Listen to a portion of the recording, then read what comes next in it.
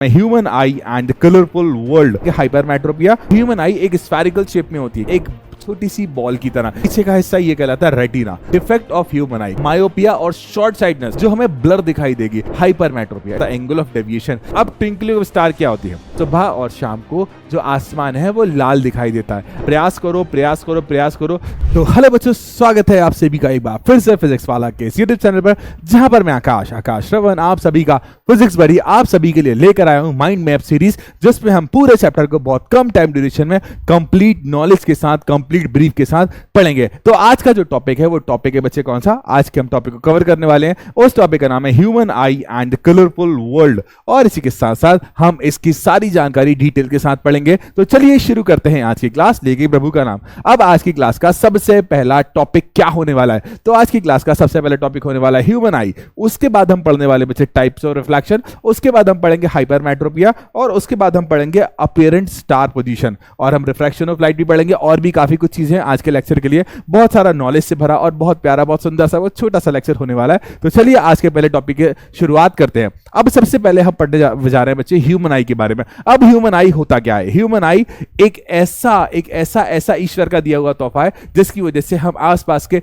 इस सुंदर से संसार को, आसपास के इस खूबसूरत से संसार को देख पाते हैं। तो बच्चे एक ऐसा सेंस ऑर्गन जो हमें आसपास की चीजों को देखने की एबिलिटी देता है। अब बच्चे ये क्लियर लिखा हुआ आपके कि एक ऐसा सेंस ऑर्गन है जो कि आसपास की चीजों को देखने को इनेबल करता है, जिसकी वजह से हम ब्यूटीफुल और कलरफुल वर्ल्ड को देख पाते हैं। अब बच्चे बेसिकली आप ह्यूमन आई को अगर देखोगे, मतलब ह्यूमन आई आपके हाथ में अगर कभी आती है, तो ह्यूमन आई एक स्फेरिकल शेप में होती है। कैसी होती है बच्चे? स्फेरिकल शेप में होती है। और स्फेरिकल शेप है तो बच्चे उसकी जो डायमीटर है अराउंड 2.3 सेंटीमीटर के आसपास होगी। अच्छा, ये डायमीटर वेरी कर सकती है, diameter person to person vary कर सकती है, बट ये एक एवरेज वैल्यू हो तो इसकी वैल्यू अराउंड कितनी हो सकती है? 2.3 सेंटीमीटर हो सकती है। अब बच्चे ह्यूमन आई है, ह्यूमन आई क्या है बच्चे? एक ऑर्गन है। ह्यूमन आई क्या है? एक बॉडी का पार्ट है। अब अगर बॉडी का पार्ट है तो इसके अंदर बहुत सारी चीजें मिलकर बनी होंगी, इसके अंदर बहुत सारी चीजें होंगी। तो आज हम उसके बारे में ही पढ़ेंगे कि ह्यूमन आई की एनाटॉमी, ह्यूमन आई के स्ट्रक्चर में कौन कौन से पार्ट्स होते हैं। जैसा कि यहां पर दिया गया है कार्निया,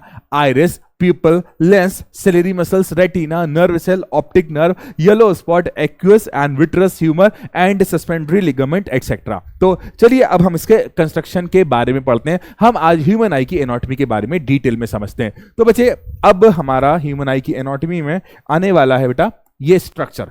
अब देखो बेटा, आपको जैसा कि मैंने पहले बताया होता कि ह्यूमन आई का जो शेप होता है वो कैसा होता है बच्चे? स्फेरिकल, एक छोटी सी बॉल की तरह, एक स्फेरिकल एक छोटी सी बॉल की तरह, जिसकी डायमीटर 2.3 सेंटीमीटर के आसपास होगी। ये एक एवरेज वैल्यू है, ये पर्सन टू पर्सन वैरी कर सकती है, किसी छोटे बच्चे की, किसी बड़े बच्चे की, और किसी एडल्ट की, या फिर किसी एज्ड पर्सन की डायमीटर चेंज हो सकती है। डिपेंड करता है कंडीशन से, उसकी कंडीशन कैसी हो सकती है अकॉर्डिंग टू दिस। अब आज हम ह्यूमन आई की एनाटॉमी पढ़ेंगे। अब बच्चे देखो, ह्यूमन आई एक स्फेरिकल शेप की है जिसका सबसे आगे का हिस्सा कहलाता है कार्निया। क्या कहलाता है बच्चे? कार्निया। अब कार्निया एक फ्रंट लेयर होती है जो कि डस्ट से, बाहर से आने वाली अनवांटेड चीजों से हमारी ह्यूमन आई को प्रोटेक्ट करती है। तो फ्रंट एरिया क्या हो गया बच्चे? कार्निया। कार्निया के बिल्कुल पीछे कुछ लिक्विड भरा हुआ है, और ये लिक्विड क्या कहलाता है बच्चे? Aqueous humour. क्या कहलाता है बच्चे? Aqueous humour.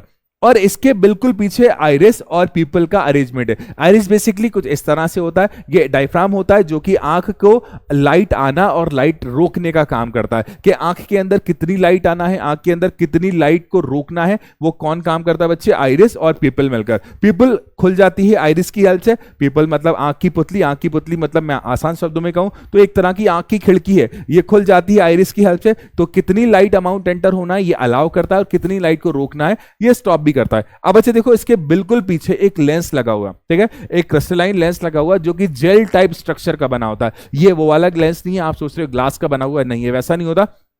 ये जेल टाइप स्ट्रक्चर का बना हुआ लेंस होता है जिससे होल्ड करे होते हैं दो मसल्स, और इन मसल्स का नाम होता है सिलरी मसल्स। क्या नाम होता है बच्चे? Ciliary muscles. तो ऐसे लेंस जिन्हें होल्ड करा हुआ है सिलरी मसल्स। अब ये सिलरी मसल्स और लेंस के कॉम्बिनेशन से एक बहुत इंपॉर्टेंट काम होता है बच्चे, ये सिलरी मसल्स की हेल्प से लेंस अपनी मोटाई मतलब अपनी थिकनेस को बढ़ा भी लेता है और अपने थिकनेस को कम भी कर लेता है। ऐसा क्यों? ताकि अब जो हमारी आई का बैकवर्ड हिस्सा है, हमारी आई का पीछे का हिस्सा, ये कहलाता है रेटिना। अब किसी भी ऑब्जेक्ट से आने वाली लाइट रे रेटिना पर मिलना चाहिए। अगर ये लाइट रे रेटिना पर नहीं मिलती तो हमें किसी भी ऑब्जेक्ट की इमेज नहीं दिखाई देती। इसका मतलब किसी भी ऑब्जेक्ट को प्रॉपरली देखने के लिए उस ऑब्जेक्ट की जो इमेज है कहां बनना चाहिए बच्चे? रेटिना पर। अब भाई इमेज बन गए रेटिना पर, अब हमें पता कैसे लगेगा? तो पता लगाने के लिए, एक जानकारी भेजने के लिए कि इमेज बन गई है, जानकारी भेजने के लिए यहां पर एक ऑप्टिक नर्व प्रेजेंट है। क्या प्रेजेंट है बच्चे? Optic nerve. ये ऑप्टिक नर्व क्या करती है? जैसे इमेज बनती है, इमेज हमारी रियल और इन्वर्टेड बनती है, ये ऑप्टिक नर्व क्या करती है? उस रियल और इन्वर्टेड इमेज को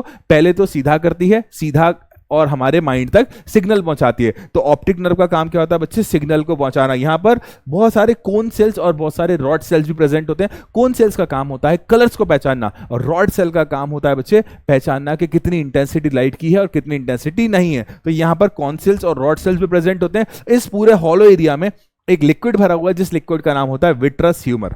ठीक है बच्चा।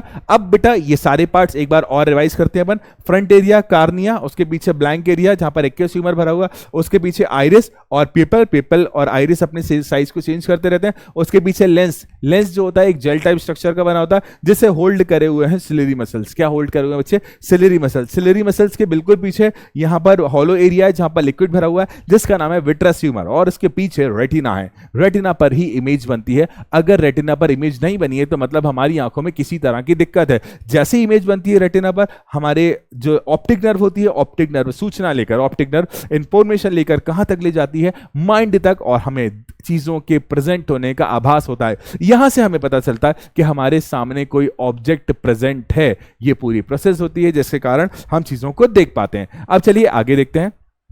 अब इन केस एक बार इसे और हम डिटेल में समझ लेते हैं बेटा। ठीक है, यहां पर एक टॉपिक और ऐड हो सकता है। अब अच्छा देखो, ये जो लेंस होता है ना, लेंस अपनी थिकनेस को बढ़ाकर और थिकनेस को कम कर, फिर से बोल रहा हूं, लेंस अपनी थिकनेस को बढ़ाकर और थिकनेस को कम कर किसकी हेल्प से बढ़ाएगा? ये लेंस अपनी थिकनेस को बढ़ाएगा ये सिलेरी मसल्स की हेल्प से। तो सिलेरी मसल्स क्या करते हैं? इन लेंस की थिकनेस को बढ़ा लेते हैं या थिकनेस को कम कर लेते हैं, जिसके कारण जितनी भी लाइट रे ऑब्जेक्ट से आ रही हैं वो लाइट रे कहां पर कॉन्सेंट्रेट हो बच्चे? रेटिना पर। और इसे कहा जाता है पावर ऑफ अकोमोडेशन। क्या कहा जाता है बच्चे? Power of accommodation. तो लेंस की थिकनेस में चेंज करना with the help of ciliary muscles, ताकि हमारी इमेज कहां पर बने बच्चे? रेटिना पर। यह कहलाता है पावर ऑफ अकोमोडेशन, और ये पूरी आंख की वर्किंग और साथ ही साथ पूरी आंख की एनाटॉमी थी। अब बच्चे हम पढ़ते हैं कि इन केस अगर रेटिना में इमेज नहीं बनती है, रेटिना के आगे इमेज बनती है या फिर रेटिना के पीछे इमेज बनती है, इस कंडीशन में क्या प्रॉब्लम हो सकती है, या फिर कुछ और तरह की प्रॉब्लम्स जो कि नॉर्मल ह्यूमन आई में हो सकती हैं। आज हम उनके बारे में बात करेंगे, जिसे हम कहते हैं बच्चे, ठीक है, जैसे हम कहते हैं बच्चे डिफेक्ट ऑफ ह्यूमन आई। क्या बोलते हैं बच्चे? इसे डिफेक्ट ऑफ ह्यूमन आई। अब एक एक करके हम सारे डिफेक्ट के बारे में समझेंगे। अब पहला डिफेक्ट होने वाला है मायोपिया और नियर साइडेडनेस। ठीक है, दूसरा होने वाला है हाइपरमेट्रोपिया और लॉन्ग साइडेडनेस। अब तीसरा कैटरेक्ट, चौथा प्रेसबायोपिया और ओल्ड एज लॉन्ग साइडनेस, और पांचवा एस्टिमेटिज्म। अब हम एक एक करके सबके बारे में डिटेल में डिस्कस करेंगे। तो सबसे पहले आने वाला है बच्चे क्या? सबसे पहले आने वाला है मायोपिया और शॉर्ट साइडनेस। ठीक है, क्या इसका नाम क्या है बच्चे? मायोपिया। क्या बोलते हैं वजह से? मायोपिया। अब मायोपिया एक ऐसी प्रॉब्लम है जिसमें शॉर्ट साइडनेस हो जाती है, मतलब आप पास की चीजों को आराम से देख सकते हो लेकिन दूर की चीजों को देखने में दिक्कत होती है। अब इसका कारण क्या होता है? मायोपिया में आप पास की चीजों को आराम से देख सकते हो लेकिन डिस्टेंस ऑब्जेक्ट को आपको देखने में दिक्कत होती है। इसका कारण क्या होता है? इसके दो कारण होते हैं बच्चे। या फिर आपकी आंख है ना, उस आंख की एलोंगेशन बढ़ गया, मतलब आपकी आंख का साइज बढ़ गया। ठीक है, या फिर दूसरा आपका जो लेंस है उस लेंस की फोकल लेंथ का कम हो जाना। बेसिकली इसके दो कारण होते हैं, पहले आंख के एलोंगेशन का बढ़ जाना, मतलब आंख की साइज का बढ़ जाना, या फिर लेंस की फोकल लेंथ का कम हो जाना, जिसके कारण ऑब्जेक्ट से, ये नॉर्मल आई है, ये ऑब्जेक्ट से लाइट रे आ रही है, ये कहां पर मिल रही है बच्चे?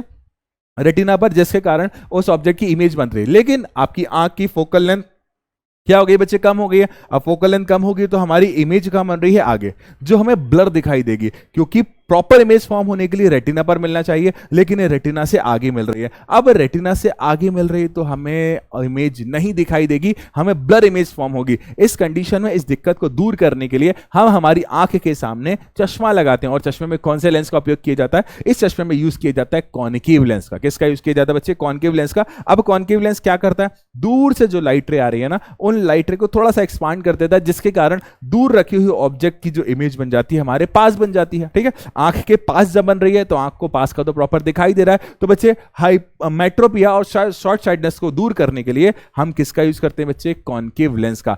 इसके दो कारण होते हैं। कौन से कारण बच्चे? या तो लेंस की फोकस दूरी का कम हो जाना, फोकल लेंथ का कम हो जाना, या फिर ये हमारी आंखें एलोंगेशन का बढ़ जाना। अब दूसरे की तरफ बढ़ते हैं बच्चे, हाइपरमेट्रोपिया, इससे फार साइडनेस बोलते हैं। अब बच्चे जैसा कि इसमें होता क्या है कि आपको दूर की चीजें आपको प्रॉपर दिखाई देंगी लेकिन पास की चीजें ब्लर दिखाई देंगी। इसके भी दो कारण होते हैं। पहला कारण क्या होता है, आंख के साइज का कम हो जाना, पहला कारण क्या होता है, आंख के एलोंगेशन का कम हो जाना, और दूसरा कारण होता है इस लेंस की फोकस दूरी का बढ़ जाना, इस लेंस की फोकल लेंथ का क्या हो जाना बच्चे, बढ़ जाना। अब देखो ये नॉर्मल विजन है, नॉर्मल ऑब्जेक्ट जहां रखा हुआ उसकी इमेज कहां पर बन रही है बच्चे, उसकी इमेज रेटिना पर बन रही है, जिसके कारण हमें प्रॉपर दिखाई दे रहा है। लेकिन इन केस पास रखी हुई ऑब्जेक्ट से आने वाली जो इमेज कहां बनती है, रेटिना से पीछे, इस कंडीशन में हमें पास रखी हुई चीज कैसी दिखाई देगी, ब्लर दिखाई देगी। अब इस दिक्कत को दूर करने के लिए, अब इस परेशानी को दूर करने के लिए हम किसका उपयोग करेंगे, हम इस परेशानी को दूर करने के लिए एक कॉन्वेक्स लेंस का यूज करेंगे। किसका यूज करेंगे बच्चे, कॉन्वेक्स लेंस। अब कॉन्वेक्स लेंस करता क्या, पास रखे हुए ऑब्जेक्ट की इमेज को थोड़ा सा दूर ले जाता है, जिसकी वजह से हमें दूर की चीज तो प्रॉपर दिखाई दे रही है और हमें ऐसा लगता है, हमारी आंख को ऐसा लगता है कि ऑब्जेक्ट थोड़ा दूर रखा है, और वो दूर रखी हुई इमेज, दूर रखी ऑब्जेक्ट की इमेज को कहां बना लेता है, रेटिना पर। और जब रेटिना पर इमेज बन जाती है तो हमें प्रॉपर दिखने लगता है। अब बच्चे आगे बढ़ते हैं। अब प्रेस बायोपिया, प्रेस बायोपिया बच्चे बेसिकली एक ऐसी है जो कि सिलेरी मसल्स की कमजोरी की वजह से होता है। मैंने आपको कुछ देर पहले बताया था, देखिए यहां पर मैं आपको फिर से बताता हूं, मैंने आपको कुछ देर पहले बताया था कि जो सिलेरी मसल्स होते हैं ना, अपने आप को फैला लेते हैं, अपने आप को क्या कर लेते हैं, सिकोड़ लेते हैं, फैला लेते हैं, एक्सपांड कर लेते हैं, या फिर एक दूसरे के पास ले आते हैं, जिसके कारण ये जो लेंस है ना, ये लेंस अपनी थिकनेस को बदलता है। लेंस अपनी किसको बदलता है बच्चे, थिकनेस की। लेकिन एज के साथ, कॉमनली ये प्रॉब्लम एज के साथ होती है बच्चे, तो प्रेस बायोपिया एज के साथ होने वाली एक ऐसी दिक्कत है जिसके कारण जो सिलेरी मसल्स है उसकी फ्लेक्सिबिलिटी कम हो जाती है, या फिर ये जो लेंस होता है ना, लेंस कैसा हो जाता है, हार्ड हो जाता है, जिसकी वजह से ना हम पास का देख पाते, जिसकी वजह से ना हम दूर का देख पाते। इस प्रॉब्लम को कहा जाता है प्रेस बायोपिया। इसे दूर करने के लिए हम यूज करते हैं किसका, बायफोकल लेंथ के लेंस का। ठीक है, इसमें बेसिकली कॉन्केव और कॉन्वेक्स का मिक्सचर लगाया जाता है, जिसकी फोकल लेंथ दो अलग अलग टाइप की होती है। हमारे घर में जो बुजुर्ग लोग होते हैं उन बुजुर्ग लोगों को कॉमन होने वाली ये दिक्कत है। अब नेक्स्ट की तरफ बढ़ते हैं बेटा, कैटरेक्ट। हिंदी में से बोला जाता है मोतियाबिंद। अब मोतियाबिंद होता क्या है, आपको मैंने कुछ देर पहले बताया हुआ है कि जो लेंस है ना, उस लेंस को कौन होल्ड करा हुआ है बच्चे, सिलेरी मसल्स। अब एज के साथ या फिर किसी और प्रॉब्लम की वजह से, क्योंकि ये एज से के साथ तो ज्यादा होती है लेकिन आजकल ये नॉर्मल हो गई है, आजकल छोटे बच्चों को भी ये प्रॉब्लम हो जाती है। तो कैटरेक्ट एक ऐसी प्रॉब्लम है जिसके कारण जो लेंस है ना, लेंस को जो सिलेरी मसल्स पकड़े हुए ना, सिलेरी मसल्स से प्रोटीन लीक कर, प्रोटीन टूटकर लेंस के आगे आ जाता है। अब लेंस के आगे आ जाता है जिसके कारण हमारा लेंस कैसा हो जाता है, सफेद हो जाता है और हमें पास का दिखना बंद हो जाता है। ये वेरी डेंजरस प्रॉब्लम है जिसके कारण आपकी आंख, आपका लेंस परमानेंट खराब भी हो सकता है। इसका इलाज सिर्फ एक ही है और वो इलाज है सर्जरी। अब सर्जिकल ट्रीटमेंट से ही आप कैटरेक्ट को सही कर सकते हो। क्या होता है, हमारी आंख के लेंस को बदलकर आर्टिफिशियल लेंस लगा दिया जाता है, या फिर आजकल तो लेजर टेक्नोलॉजी है और लेजर टेक्नोलॉजी की हेल्प से हम वो जो प्रोटीन की लेयर है उस प्रोटीन की लेयर को तोड़कर बाहर निकाल लेते हैं, और ये सारे ट्रीटमेंट होते हैं सर्जिकल ट्रीटमेंट। अब हम बढ़ते हैं हमारी नेक्स्ट प्रॉब्लम की तरफ, जो कि है हमारा नेक्स्ट टॉपिक। अब बच्चे हम पढ़ने वाले प्रिज्म के बारे में। अब प्रिज्म क्या होता है, प्रिज्म, सबसे पहले प्रिज्म पढ़ने से पहले मैं आपको कलर से रिलेटेड कुछ बातें बताऊंगा। जैसे सन से आने वाली जो लाइट होती है ना, वो लाइट किस रंग की होती है, व्हाइट रंग की। किस कलर की होती है बच्चे, व्हाइट रंग के। अब एक बहुत फेमस साइंटिस्ट है जिनका नाम था न्यूटन। न्यूटन ने करा क्या, एक प्रिज्म का यूज करा। प्रिज्म कैसा होता है, लाइक ऐसा ट्राइंगुलर होता है। प्रिज्म कैसा होता है बच्चे, ऐसा ट्राइंगुलर शेप में होता है, ऐसा ट्राइंगुलर शेप में होता है। हम देखते हैं, हम साइड से देखते हैं ट्राइंगल। बेसिकली हम जिस प्रिज्म का यूज करते हैं उसमें 5 सरफेस होते हैं, 3 रेक्टेंगुलर और 2 ट्राइंगुलर, 3 रेक्टेंगुलर और 2 ट्राइंगुलर। तो बच्चे जब भी कोई व्हाइट लाइट प्रिज्म से जाती है तो प्रिज्म के दूसरी तरफ 7 रंग मिलते हैं। फिर से बोल रहा हूं बच्चे मैं, अगर प्रिज्म से कोई व्हाइट लाइट जाती है तो प्रिज्म के दूसरी तरफ हमें 7 रंग मिलते हैं। तो एक प्रिज्म क्या करता है, व्हाइट लाइट को कितने रंग में डिवाइड कर देता है, 7 रंग में। अब prism split the incident white light into band of 7 colour. ठीक है, अब दूसरा पॉइंट क्या कहता है, ये जो बैंड मिला है ना 7 कलर का, उसे कहा जाता है स्पेक्ट्रम। और स्पेक्ट्रम की जो सीरीज होती है वो होती है विबग्योर। क्या होती है बच्चे, विबग्योर, WIBGYOR। ठीक है, ये होती है उसकी सीरीज। और बच्चे सबसे पहले आइजैक न्यूटन पहले साइंटिस्ट थे जिन्होंने ग्लास प्रिज्म की हेल्प से सनलाइट स्पेक्ट्रम बनाया। सनलाइट स्पेक्ट्रम मतलब उन्होंने ग्लास प्रिज्म से एक तरफ व्हाइट लाइट इंसिडेंट करी तो दूसरी तरफ उन्हें 7 रंगों की एक सीरीज मिली, और इस 7 रंगों की सीरीज को क्या कहा गया, स्पेक्ट्रम। अब बच्चे आगे अब जो डिफरेंट कलर होते हैं ना वो अलग अलग एंगल पर डेविएट हो जाते हैं, क्योंकि हर एक कलर की वेवलेंथ अलग अलग होती है। हर एक कलर की वेवलेंथ अलग होने की वजह से प्रिज्म से गुजरने वाली स्पीड भी अलग अलग हो जाती है, ठीक है। इस वजह से हमें जो व्हाइट रंग है वो व्हाइट रंग कहां मिलते हैं, दूसरी तरफ 7 रंगों में डिवाइड होकर मिलते हैं, ठीक है। अब बच्चे सबसे कम जो बैंड होता है वो कौन सा रंग बैंड होता है, रेड कलर, और सबसे ज्यादा जो बैंड होता है वो होता है वायलेट कलर, ठीक है। तो बच्चे रेड कलर जो होता है, रेड कलर सबसे कम बैंड होता है और वायलेट कलर सबसे ज्यादा बैंड होता है, ठीक है। अब बच्चे इसका एक डायग्राम है, इस डायग्राम को देखिए, यहां से व्हाइट लाइट जा रही है, यहां से व्हाइट लाइट जा रही है जो कि प्रिज्म के दूसरी तरफ 7 रंगों में हमें डिवाइड होकर मिल रही है, और इसकी सीरीज VIBGYOR, वायलेट, इंडिको, ग्रीन, येलो, ऑरेंज, रेड, ये पूरे 7 रंगों की सीरीज है। एक बार फिर से मैं बोल रहा हूं, V violet, I indigo, B blue, VIB, G green, Y yellow, orange and red, ये 7 रंगों की सीरीज है जो कि व्हाइट लाइट से मिलती है। अगर आप इन 7 रंग को मिला देते हो ना, तो इन 7 रंग को मिलाकर हम वापस व्हाइट लाइट भी बना सकते हैं, वापस सफेद रंग भी बना सकते हैं, लेकिन हमें सिर्फ प्रिज्म का यूज करके व्हाइट लाइट को 7 रंग में डिवाइड करना है। अब बच्चे आगे बढ़ते हैं, ठीक है। अब प्रिज्म से रिलेटेड कुछ बातें करें। अब प्रिज्म में 2 ट्राइंगुलर बेस होते हैं, हम सामने से देखते हैं ना बेटा, तो हमें क्या दिखता है, ट्राइंगल, और इसके बिल्कुल पीछे भी एक ट्राइंगल होता है, और 3 रेक्टेंगुलर सरफेस होते हैं, एक यहां और एक यहां। तो बेसिकली प्रिज्म होता है वो 5 सरफेस से मिलकर बना होता है। कितने सरफेस से, 5 सरफेस से मिलकर बना होता है, जिसमें 2 ट्राइंगुलर और 3 रेक्टेंगुलर सरफेस होते हैं, और ये सारे के सारे एक दूसरे से किसी ना किसी एंगल पर इंक्लाइंड होते हैं। अब बच्चे मानो एक लाइट रे जाती है, सिंस एयर से ग्लास में जा रही है, तो वैसे तो लाइट रे को सीधा जाना था, जैसा डायग्राम दिखा रहा है ना, ये लाइट रे को सीधा जाना था, लेकिन ये एयर से ग्लास में जा रही है। तो अगर मैं पॉइंट ऑफ इंसिडेंस पर एक नॉर्मल ड्रॉ करता हूं, ये रहा एक नॉर्मल डैश लाइन से बना हुआ, तो ये लाइट रे सीधी ना जाती हुई कहां आ जाएगी बच्चे, नॉर्मल के पास आ जाएगी। क्यों? क्योंकि लाइट रे रेयर से कहां जा रही है, डेंसर में। अब ये लाइट रे सीधी जा रही है, ठीक है। अब ये डेंसर से कहां आ रही है, रेयरर में, ठीक है। डेंसर से कहां आ रही है, रेयरर में। मैं यहां पर नॉर्मल ड्रॉ करूं तो ये लाइट रे कहां हो गई, नॉर्मल से थोड़ा सा अवे हो गई। नॉर्मल से कहां हो गई बच्चे, अवे। तो इंसिडेंट रे और इमर्जेंट रे को अगर मैं एक्सटेंड करूं तो ये इन दोनों के बीच, इंसिडेंट रे और इमर्जेंट रे के बीच का जो एंगल बनता है वो कहलाता है एंगल ऑफ डेविएशन। ये आपको बताता है कि इंसिडेंट रे और इमर्जेंट रे के बीच कितना डेविएशन हुआ, कितने डिग्री पर ये लाइट रे बैंड हुई है। अब बच्चे प्रिज्म का जो टॉप एंगल कहलाता है वो कहलाता है प्रिज्म एंगल। प्रिज्म का सबसे लोअर प्रिज्म एंगल के सामने वाला एरिया ये कहलाता है बेस ऑफ प्रिज्म, ठीक है बच्चे। ये थे बेसिक्स प्रिज्म के। अब हम आगे बढ़ते हैं बच्चे, एटमॉस्फेरिक रिफ्रैक्शन।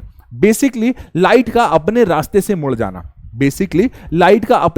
मुड़ जाना, क्या कहलाता है, रिफ्रैक्शन। अधिक जानकारी के लिए कृपया lecture number 1 mind map reflection and refraction को ध्यान से देखें, वहां पर आपको डिटेल में सारी बातें बताई गई हैं, ठीक है। तो बच्चे atmospheric refraction, basically refraction word का मतलब होता है लाइट का अपने रास्ते से मुड़ जाना। और एक बार अगर आप यहां पर ध्यान से देखते हैं, लाइट एयर से ग्लास में जा रही है तो भी अपने रास्ते से बैंड हो रही है, और ग्लास से एयर में आ रही है तो भी अपने रास्ते से बैंड हो रही है। तो जब भी लाइट एक मीडियम से दूसरे मीडियम में जाती है और ये मीडियम में जाती है, इसका मतलब लाइट के रास्ते की डेंसिटी बदलती है। तो जब भी लाइट के रास्ते की डेंसिटी बदलती है तो लाइट अपने रास्ते से कुछ डेविएट हो जाती है, कुछ अपने रास्ते में परिवर्तन कर लेती है, कुछ अपने रास्ते से बैंड हो जाती है। अच्छा, लाइट सीधे रास्ते को ही हमेशा करेगी फॉलो, लेकिन थोड़ा सा बैंड हो जाएगी। रास्ता सीधा होगा लेकिन थोड़ा सा क्या हो जाएगी, बैंड हो जाएगी। रास्ता हमेशा स्ट्रेट पाथ ही फॉलो करेगी। बैंड क्यों हो जाएगी? क्योंकि यहां पर इन दोनों के बीच में, पहले मीडियम और दूसरे मीडियम के बीच में थोड़ा सा स्पीड ऑफ लाइट में चेंज होता है। किसकी वजह से? डेंसिटी की वजह से। और इस फिनोमेना को क्या कहा जाता है? रिफ्रैक्शन कहा जाता है। अब हमारे एटमॉस्फेयर की बात करें, हमारा एटमॉस्फेयर है क्या? बेसिकली एटमॉस्फेयर जो है मिक्सचर ऑफ एयर है।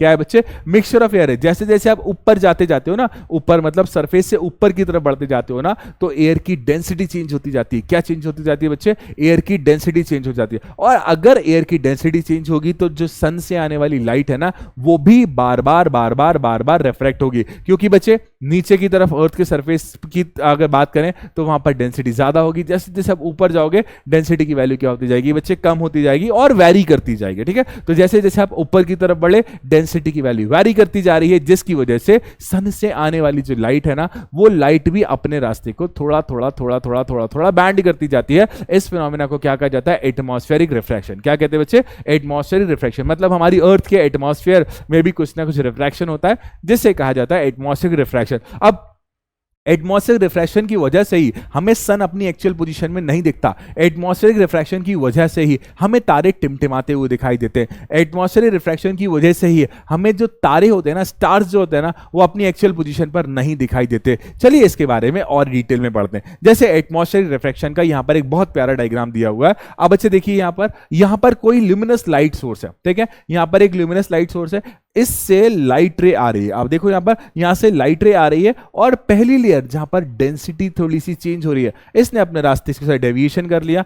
अगेन इसने दूसरी डेंसिटी की लेयर में एंटर होती है तो भी अपने रास्ते से थोड़ा सा डेविएट हो जाती है। अगेन ये तीसरे रास्ते पर भी आती है जिसकी वजह से अपने रास्ते पर डेविएट हो जा रही है। तो लाइट रे को रास्ता ऐसा फॉलो करना था, लेकिन due to atmosphere, due to change in density of the atmosphere, ये अपने रास्ते से थोड़ा सा डेविएट हो जाती है। इस फिनोमिना को कहा जाता है एटमॉस्फेरिक रिफ्रैक्शन। अब एटमॉस्फेरिक रिफ्रैक्शन के प्रैक्टिकल लाइफ में बहुत सारे यूजेस हैं। यहां पर एटमॉस्फेरिक रिफ्रैक्शन का एक और बहुत प्यारा डायग्राम दिया हुआ है। देखिए बेटा, स्टार लाइक हम मान लेते हैं ये सन है, सन से एक लाइट रे आती है और इस जगह पर देखिए ये रहा पॉइंट ऑफ रिफ्रैक्शन। अब due to change in the density of the layer, तो बच्चे देखो लाइट रे बैंड हो गई। अब यहां पर भी दूसरी लेयर में क्या होगा, डेंसिटी चेंज हो जाएगी, लाइट रे बैंड हो जाएगी। तीसरी लेयर में भी डेंसिटी चेंज हो जाएगी तो लाइट रे बैंड हो जाएगी। और यहां से आप इसे ऑब्जर्व कर रहे हो, दैट इज ऑब्जर्विंग पॉइंट। यहां से आप ऑब्जर्व कर रहे हो तो जिस एंगल पर लाइट रे आती है ना, उसी के रिस्पेक्ट में आपको पोजीशन दिखाई देती है। इसका एक जीता जागता सबूत आपके सामने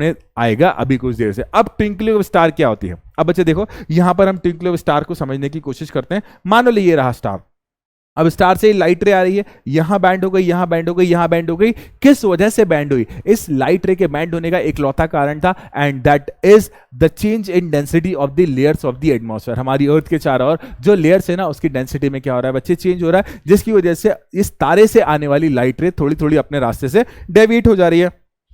अब बच्चे अर्थ कंसिस्टेंसी के साथ कंटिन्यू अपने एक्सेस पर रोटेट भी कर रही है। तो अर्थ इस तरह से गोल घूम रही होगी, इस तरह से गोल घूम रही होगी, इस तरह से गोल घूम रही होगी। अब अर्थ जब गोल घूम रही है ना बेटा, तो उससे आने वाली लाइट रे अपने रास्ते को कंटिन्यू चेंज करती जाती हैं, कंटिन्यू चेंज करती जाती हैं, जिसकी वजह से उससे आने वाली लाइट रे हमारी आंखों पर पड़ती है और फिर गायब हो जाती है, या फिर पड़ती है या फिर गायब हो जाती है। जब हमारी आंखों पर लाइट रे पड़ती है स्टार की, तो हमें वो स्टार विजिबल होता है, और अगर वो लाइट रे हमारी आंखों पर नहीं पड़ती तो लाइट रे की ना पड़ने की वजह से वो स्टार इनविजिबल हो जाता है। तो लाइट जो स्टार है उसकी इमेज बनती है, गायब हो जाती है, बनती है, गायब हो जाती है, बनती है, गायब हो जाती है, जिसके कारण हमें कैसा दिखाई देता है? स्टार ट्विंकल ट्विंकल करता हुआ दिखता है, स्टार टिमटिमाता हुआ दिखता है। तारा कैसा दिखता है बच्चे? टिमटिमाता हुआ दिखता है। अब अगले फिनोमिना को देखते हैं, ये मैंने बता दिया, ठीक है। अब अगला अपीयरेंट स्टार पोजीशन, मतलब जिस जगह पर हमें तारा दिख रहा है, जिस जगह पर हमें सन दिख रहा है, सन और तारा दोनों के लिए वैलिड है, ठीक है। जिस जगह पर हमें सन दिख रहा है और तारा रखा हुआ है, वो उसकी एक्चुअल पोजीशन नहीं होती है, ठीक है। सन तो फिर भी हमें एक बार एक्चुअल पोजीशन पर दिख जाएगा, लेकिन तारा हमें एक्चुअल पोजीशन पर नहीं दिखता। आपको इसका एग्जाम्पल बताता हूं बच्चे, ठीक है। अब बच्चे देखो, ये रहा स्टार, स्टार से लाइट रे आई, हमारे एटमॉस्फेयर में एंटर हो गई। एटमॉस्फेयर की डेंसिटी अलग है, और डेंसिटी जैसे ही बदलेगी लाइट रे अपने रास्ते से थोड़ा सा बैंड हो जाएगी। तो ये लाइट रे अपने रास्ते से थोड़ा सा बैंड हो गई, और बैंड होने के बाद हमारी आंखों पर फिर से बैंड होकर यहां पर मिले। अब अच्छा, हमारी आंखों को क्या पता लाइट रे कहां से आ रही है? तो वो जिस पोजीशन पर लाइट रे पड़ती है उसी के रिस्पेक्ट में क्या करती है, इमेज को फॉर्म करती है। तो जो स्टार है रखा यहां पर है, लेकिन उसकी इमेज यहां पर बन रही है, तो इसे कहा जाता है, जहां पर तारा रखा हुआ दैट इज रियल पोजीशन, और जहां पर हमें उसकी इमेज दिखाई देती है that is apparent position. Same phenomena किसके साथ होता है बच्चे? सन के साथ होता है, जो कि अभी आने वाला है, ठीक है। अब बच्चे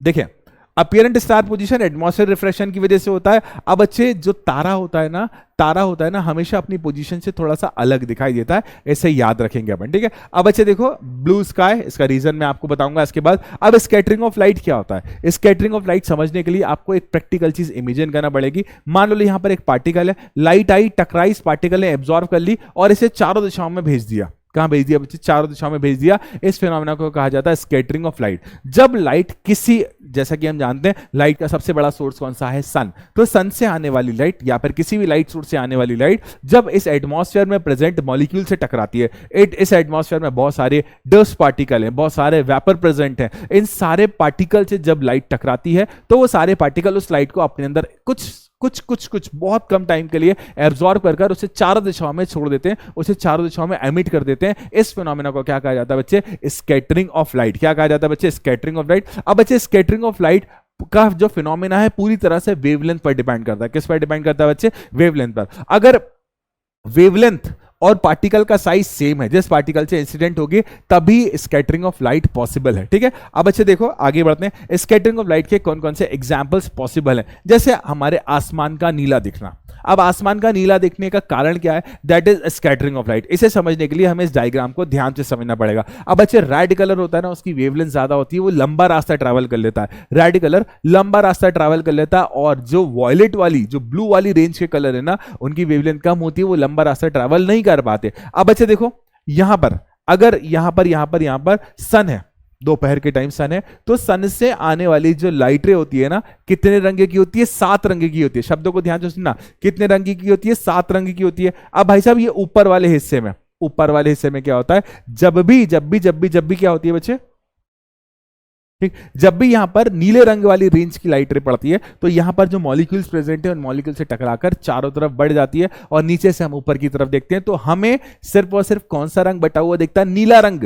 नीला रंग बढ़ गया, बाकी के जो रेड वाले हैं वो नीचे की तरफ आ जाते हैं, जिसकी वजह से जैसे हम ऊपर देखते हैं तो ऊपर नीला रंग फैला हुआ है, तो हमें आसमान का रंग कैसा दिखाई देता है? ब्लू दिखाई देता है। आसमान का रंग कैसा दिखाई देता है? ब्लू। तो आसमान का रंग ब्लू दिखने का सिंपल सा फिनोमेना क्या है? Scattering of light. क्या है बच्चे? Scattering of light. क्योंकि बच्चे रेड कलर जो होता है, अच्छा इसी के साथ साथ हम एक टॉपिक और कवर कर लेते हैं कि सुबह और शाम को जब सूर्य आने वाला होता है या सूर्य जाने वाला होता है, सन आने वाला होता है और सन जाने वाला होता है, इस कंडीशन में हमें आसमान लाल क्यों दिखाई देता है? तो इसका सिंपल सा फिनोमेना है बच्चे, जब सूर्य आने वाला होगा या सूर्य जाने वाला होगा तो बच्चे सूर्य, सन इस पोजीशन पर होगा, दिन के टाइम यहां पर होगा। अब बच्चे यहां पर 7 रंगों को भेज रहा है, लेकिन सबसे ज्यादा रंग कौन सा ट्रेवल करेगा? रेड। तो red colour long distance travel कर हमारी आंखों तक आ जाता है। ब्लू वाला कलर इस जगह पर बट जाता है चारों तरफ, और इस जगह पर रहने वाले लोगों को हम वहां का आसमान नीला दिख रहा होगा, लेकिन हमें तो जाता हुआ सूर्य, आता हुआ सूर्य दिख रहा है। तो आने वाली लॉन्ग लाइट, सबसे लंबी लाइट कौन सी होती है बच्चे? सबसे लंबी लाइट ट्रैवल करती है कौन सी? Red light. तो रेड दिखता है हमारी आंखों पर। तो सुबह और शाम को जब सूर्य आने वाला होता है और सूर्य जाने वाला होता है, तब सूरज की डिस्टेंस सबसे ज्यादा होती है, और सूरज की डिस्टेंस सबसे ज्यादा होती है तो सबसे लंबी दूरी तय रेड कलर करता है। इसी वजह से हमें सुबह और शाम को जो आसमान है वो लाल दिखाई देता है। अब अच्छे हम बढ़ते हैं एक बहुत ही फेमस साइंटिस्ट के एक बहुत ही प्यारे थॉट को। थॉट कहता है, हाउ एवर डिफिकल्ट लाइफ में seem, there is always something you can see do and succeeded. जितनी मुश्किलें आए, जितनी दिक्कतें आए, जितनी परेशानियां आए, बस एक उम्मीद और एक आशा है, और वो उम्मीद और आशा का क्या नाम है? करो और सफलता पाओ, है ना? प्रयास करो, क्योंकि प्रयास करोगे तो सफलता जरूर मिलेगी। इसी के साथ आज की क्लास खत्म होती है बच्चे। आज हमने बहुत कम टाइम में पूरा चैप्टर डिटेल के साथ समझा है। तो मिलते हैं अब नेक्स्ट क्लास में, तब तक के लिए टाटा बाय बाय।